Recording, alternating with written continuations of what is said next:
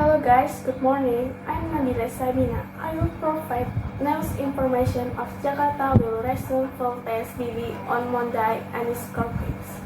Jakarta Governor Anies Baswedan has confirmed that the capital will return to full large-scale social restriction PSBB on Monday, albeit with several relaxations after months of transitional PSBB.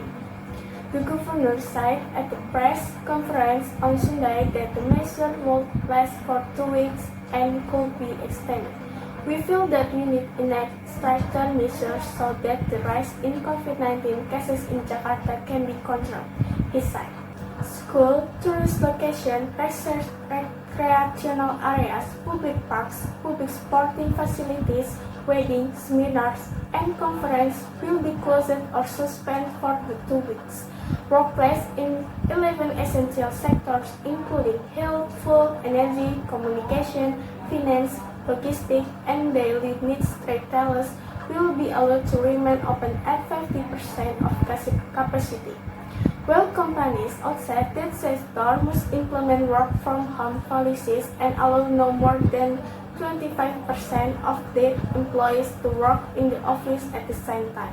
Many of the clusters were found in office, that's why our main focus will be on limitation in office areas, Anies said. Traditional markets and malls will be allowed to operate at 50% of visitor capacity, but restaurants and cafes will only be allowed to provide takeaway and delivery orders, Anies said. In a departure from the policies of the original PSBB enacted in April, places of worship in residential areas and housing complexes will be allowed to remain open at 50% capacity. Leisure houses of worship and those located in COVID-19 red zone will be required to close. If confirmed cases were found in any of these locations, Anies said the building would have to be closed for at least 3 days.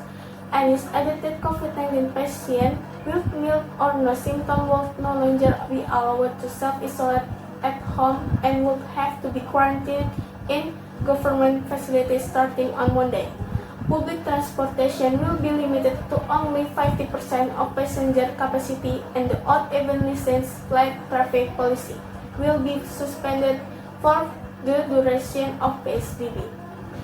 As per Transportation Agency regulation will further regulate app-based motorcycle taxis, but Anies said they will still be allowed to carry passengers provided they abide by health protocols. That's all of the news that I convey. Thank you. Good morning.